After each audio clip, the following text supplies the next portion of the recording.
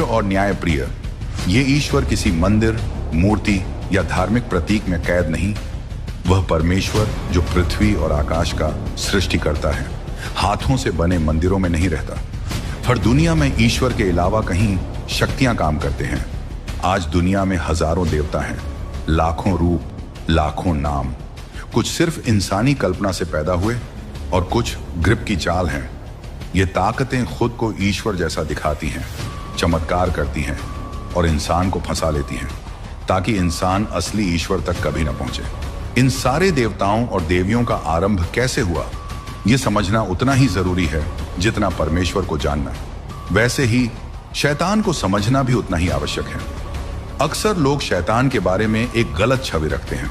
जैसा कि फिल्मों में दिखाया जाता है, सिर पर सींग, काला चेहरा, लाल आंखें, डरावना और गुस्से से भरा हुआ रूप। लेकिन सच्चाई इससे बिल्कुल अलग है। वास्तव में शैतान एक आकर्षक, बुद्धिमान और शक्तिशाली आत्मिक प्राणी है।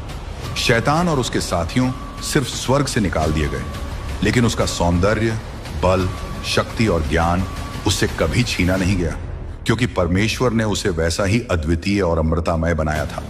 बाइबल कहती है, शैतान स्वयं को प्रकाश के स्वर्गदूत का रूप धारण कर लेता है। इसी कारण उसे पहचान पाना बेहद कठिन है। जब परमेश्वर ने स्वर्गदूतों की रचना की तो हर एक को एक विशेष सामर्थ्य और कार्यक्षेत्र दिया। किसी को युद्ध में पारंगत बनाया, किसी को ज्ञान में, किसी को संगीत में, किसी को भविष्यवाणी की शक्ति दी, तो किसी को आरोग्यता और संदेशवाहक का कार्य। हर स्वर्गदूत एक खास उद्देश्य के लिए अत्यधिक योग्य और सुंदर बनाया गया था।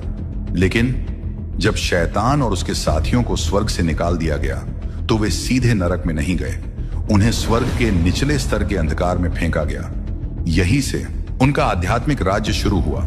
वर्तमान में शैतान और उसकी सेनाएं दूसरे स्वर्ग यानी आत्मिक जगत, स्पिरिचुअल रेल्म में निवास करती हैं। यही उनका स्वर्ग है। बाइबल यह भी बताती है कि शैतान कभी कभी परमेश्वर के दरबार में भी प्रवेश करता है। उसका पृथ्वी पर अधिकार है और वह इस संसार का अधिपति कहलाता है। शैतान आत्मिक जगत और पृथ्वी दोनों के बीच सक्रिय है। यही से वह मानव जीवन, उनके विचार और यहां तक कि राष्ट्रों पर भी गहरा प्रभाव डालता है। इसका अर्थ यह है कि शैतान केवल कोई डरावनी छाया या दूर की कल्पना नहीं, बल्कि एक सक्रिय, शक्तिशाली और छिपकर काम करने वाला आत्मिक अस्तित्व है। जब उन्होंने पृथ्वी की ओर देखने लगे तो उन्होंने देखा यहां भी परमेश्वर ने अन्याय करते हुए दिखाई देने लगे।